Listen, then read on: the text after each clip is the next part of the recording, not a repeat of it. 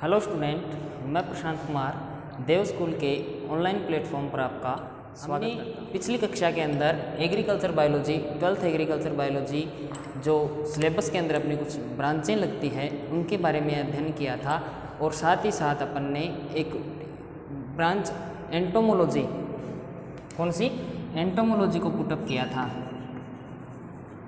Entomology, इसके बारे में अपन ने पढ़ा था कि एंटोमोलॉजी यानी कि कीट विज्ञान कहते किसे हैं। उसके बाद अपन ने कीटों की कुछ विशेषताओं के बारे में पढ़ा था, उनका कीटों का वर्गीकरण पढ़ा था। तो आज हम इसी ब्रांच को आगे बढ़ाते हुए अपने 12th एग्रीकल्चर के अंदर जो प्रमुख भंडारण के, फसलों के, फलों के, इन सभी के जो कीट लगते हैं उन कीटों का अब अध्ययन करेंगे। आज हम पहली बात करते हैं जो अपने फसलों के जो प्रमुख कीट लगते हैं उनमें से एक नंबर कीट है कातरा। सबसे पहला कीट अपन आज लेंगे कातरा, जिसको हिंदी में कातरा और इंग्लिश में बोलते हैं red hairy caterpillar. Red hairy caterpillar, Hindi में कातरा, इंग्लिश में रेड हेयरी कैटरपिलर। तो बात करते हैं इसके वर्गीकरण की। वर्गीकरण के अंदर इसका वैज्ञानिक नाम, इसका कुल, गण, संघ, वर्ग, ये सभी आएंगे। तो वर्गीकरण के अंदर पहला पॉइंट अपना रहेगा वैज्ञानिक नाम, उसके बाद कुल, उसके बाद आएगा गण, फिर संघ और उसके बाद आएगा वर्ग। तो ये इसका वर्गीकरण है। तो बात करते हैं वैज्ञानिक नाम की। तो कातरा का वैज्ञानिक नाम होता है एमसेक्टा मूरी। क्या रहेगा? एमसेक्टा मूरी। जो अपने को कई बुक्स में ये मूरी जो शब्द है ये मुरई लिखा हुआ भी मिलता है, तो यहाँ पे कन्फ्यूजन होने वाली कोई बात नहीं है। एमसेक्टा मूरी या फिर मुरई। उसके बाद कुल की बात करें, कुल है इसका आर्कटिडी। कुल क्या रहेगा इसका? आर्कटिडी। बात करते हैं गण की, तो गण है इसका लेपिडोप्टेरा। गण क्या रहेगा? लेपिडोप्टेरा। संघ, अपन ने पहले दिन जब एग्रीकल्चर बायोलॉजी की स्टार्ट किया था, शुरुआत की थी, उस दिन पढ़ा था कि कीटों का संघ कौन सा होता है? आर्थ्रोपोडा और वर्ग इंसेक्टा होता है। कीट जो होते हैं वो संघ आर्थ्रोपोडा के, वर्ग इंसेक्टा के जीव होते हैं। तो संघ की बात करें तो संघ कौन सा हो जाएगा? ऑर्थ्रोपोडा। और वर्ग की बात करें तो वर्ग कौन सा रहेगा इसका? इंसेक्टा। ठीक है, क्या रहा वर्गीकरण? वैज्ञानिक नाम एमसेक्टा मूरी, कुल आर्कटिडी, गण लेपिडोप्टेरा, संघ आर्थ्रोपोडा और वर्ग इंसेक्टा। एक बार इनको देख लें अपन, उसके बाद अपन लक्षणों की बात करेंगे।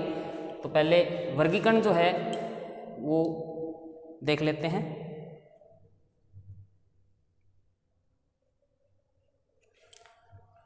ठीक है, इसके बाद अपन लक्षणों की बात करते हैं। वर्गीकरण के बाद लक्षणों की बात करें। लक्षण क्या रहेंगे इस जीव के? किस तरीके से अपन इसको देख के पहचान सकते हैं कि ये कीट जो है ये कातरा ही है।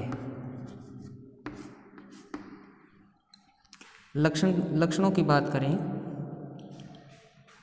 तो इस कीट के शलभ, प्रौढ़ शलभ लिखेंगे। क्या लिखेंगे? इस कीट के प्रौढ़ शलभ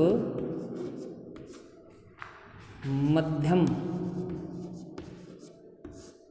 आकार के,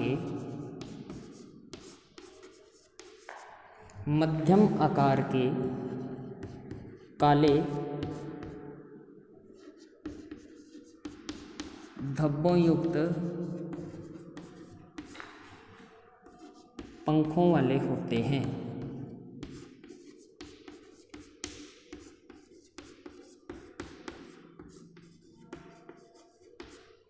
तो पहला लक्षण इस कीट का क्या रहेगा? इस कीट के प्रौढ़ शलभ मध्यम आकार के काले धब्बों युक्त पंखों वाले होते हैं। बात करते हैं दूसरे लक्षण की। तो दूसरा लक्षण इस कीट का क्या रहेगा? इस कीट की सुंडी 40 से 50 mm या मिमी लंबी होती है। तो सुंडी का साइज क्या रहा? 40 से 50 mm लंबी। उसके बाद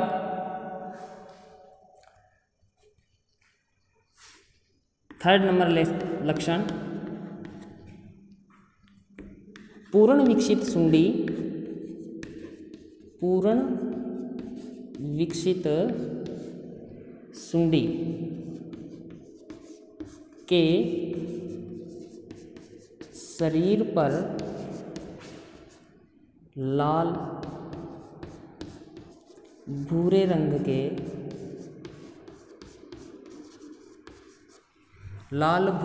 के धब्बे पाए जाते हैं। बाल पाए जाते हैं। लाल भूरे रंग के बाल पाए जाते हैं। लाल भूरे रंग के बाल पाए जाते हैं तथा सिर गहरे भूरे रंग का होता है। भूरे रंग का होता है। तो ये 3 लक्षण अपन ने लिखे हैं कि पूर्ण विकसित सुंडी जो होती है उसके शरीर पर लाल भूरे रंग के बाल पाए जाते हैं और जो इनका सिर होता है, सुंडी का जो सिर होता है वो गहरे भूरे रंग का होता है। बाल लाल भूरे रंग के बाल पाए गए, इसी कारण इसको अंग्रेजी में बोलते हैं रेड हेयरी कैटरपिलर। ठीक है, शरीर के ऊपर लाल भूरे रंग के जो बाल पाए जाएंगे इन्हीं कारण से इसको रेड हेयरी कैटरपिलर बोला जाता है। नंबर 4 बात करते हैं अपन आगे लक्षणों की। तो 4 नंबर क्या रहेगा? यह कीट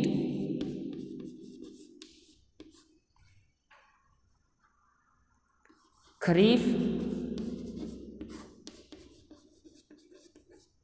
ऋतु का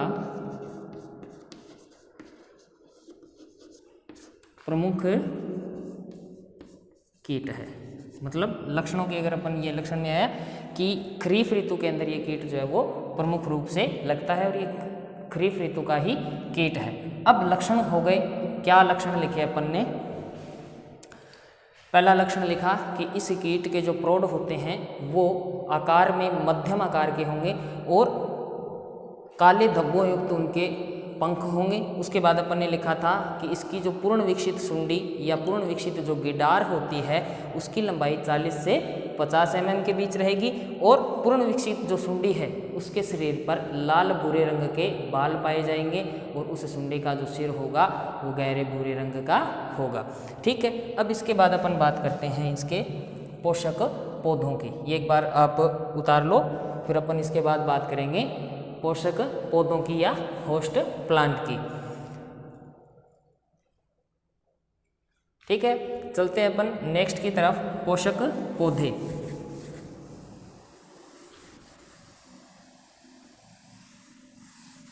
कि किन किन फसलों को ये कीट जो है वो ज़्यादा नुकसान पहुंचाता है और किस प्रकार से नुकसान पहुंचाता है वो चीज़ पढ़ेंगे अपन ने।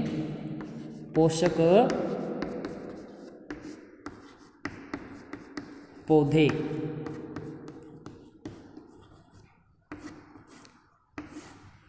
हेडिंग डालेंगे पोषक पौधे और इसमें लिखेंगे क्या? यह कीट खरीफ ऋतु में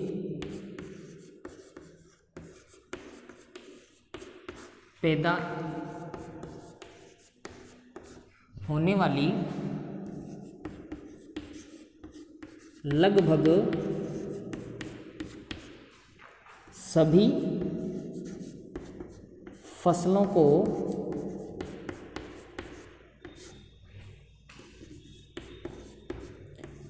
नुकसान पहुंचाता है, परंतु मुख्यतः मूंग, मोठ, बाजरा, ज्वार, ग्वार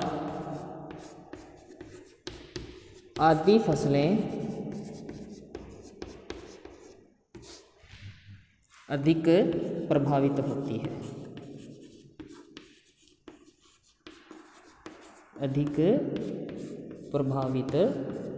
है।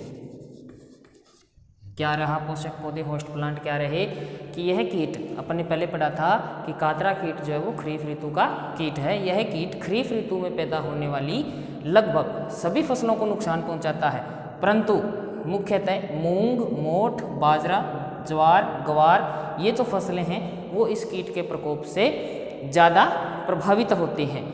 तो इसके बाद अपन बात करते हैं पोषक पौधों के बाद अपन बात करेंगे इस कीट के क्षति और महत्व के बारे में कि किस प्रकार से ये क्षति पहुंचाता है फसलों को, इस चीज़ के बारे में बात करते हैं। तो नेक्स्ट अपना टॉपिक क्या रहेगा, क्षति और महत्व। नेक्स्ट हेडिंग अपन लिखेंगे क्षति एवं महत्व।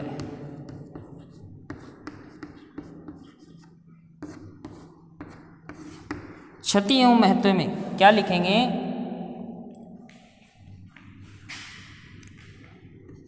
इस कीट का प्रकोप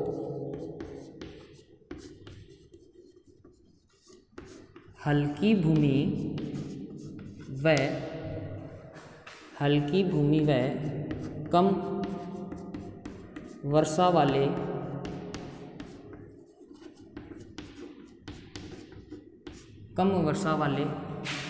क्षेत्रों में होता है।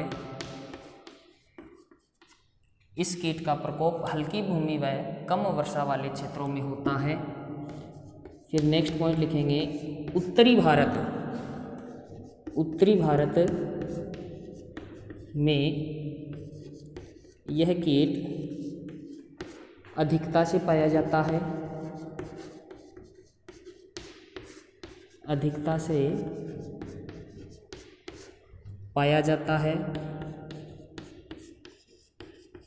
और नेक्स्ट टॉपिक अपन क्या लिखेंगे,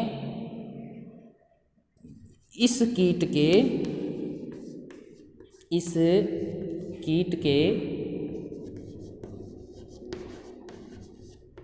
अधिक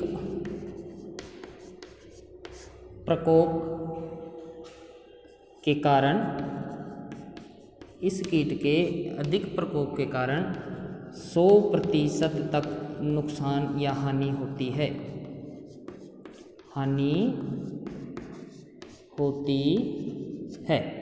तो क्षति एवं महत्व में क्या रहा कि इस कीट का प्रकोप हल्की भूमि कौन सी हो गई, वह मृदा जिसके अंदर कार्बनिक पदार्थ और जीवांश पदार्थ की मात्रा कम होती है, उस प्रकार की भूमि, हल्की भूमि व कम वर्षा वाले क्षेत्रों में इस कीट का प्रकोप अधिक होता है। और उत्तरी भारत में यह कीट जो है वो अधिकता से पाया जाता है। और जब इस कीट का अधिक प्रकोप अगर अपने खेत में हो जाए तो 100% तक अपने को हानि होने की संभावना रहती है। इसके बाद नेक्स्ट टॉपिक जो है वो अपना रहता है जीवन चक्र, और जीवन चक्र के बाद में मैनेजमेंट करके ये कीट जो है वो अपना कंप्लीट हो जाएगा। तो बाकी जो है वो हम अपनी अगली क्लास में पढ़ेंगे। जीवन चक्र और मैनेजमेंट जो है वो अपन अपनी अगली क्लास में पढ़ेंगे। ओके, धन्यवाद।